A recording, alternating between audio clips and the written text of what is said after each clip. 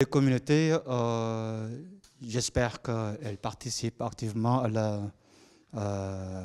la gestion de l'école ici au Sénégal, mais j'espère que ce rôle doit évoluer, être renforcé à la lumière de l'objectif de développement durable, l'agenda éducation 2030, qui met l'accent sur la nécessité d'accroître et renforcer la participation des communautés dans la provision de l'éducation de plus en plus dans l'avenir.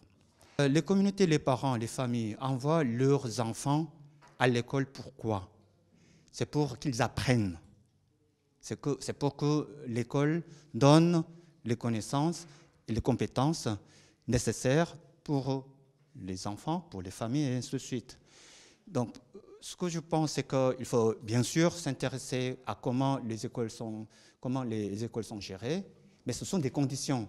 La vraie question maintenant qui se pose, c'est est-ce que les enfants acquièrent les connaissances dont ils ont besoin pour vivre dans la société et dans la communauté?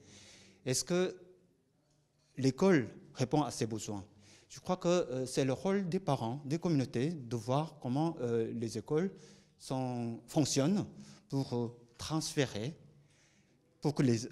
ces connaissances, pour voir si les enfants ont vraiment accès à ce qui est nécessaire pour la vie de ces enfants-là et de la communauté. Le COSTEP est un acteur très important ici dans la vie éducative du Sénégal, qui fédère des organisations de la société civile dans la poursuite des objectifs de la politique de l'éducation ici au Sénégal, mais également aussi dans son rôle d'agent de plaidoyer, de sensibilisation, et également de veiller par rapport à ce qui se passe dans la vie éducative du pays, tout en donnant des conseils au gouvernement, et également aussi veillant à ce que les politiques soient mises en œuvre au niveau du terrain.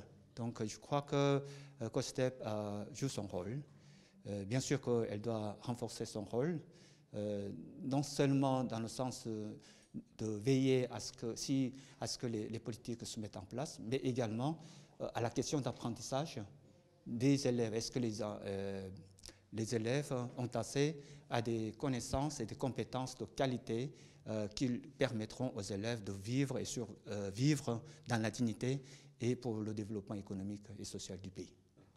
Important de participer à la gestion des écoles, de voir comment l'école gère administrativement et financièrement les ressources mises à disposition par l'État.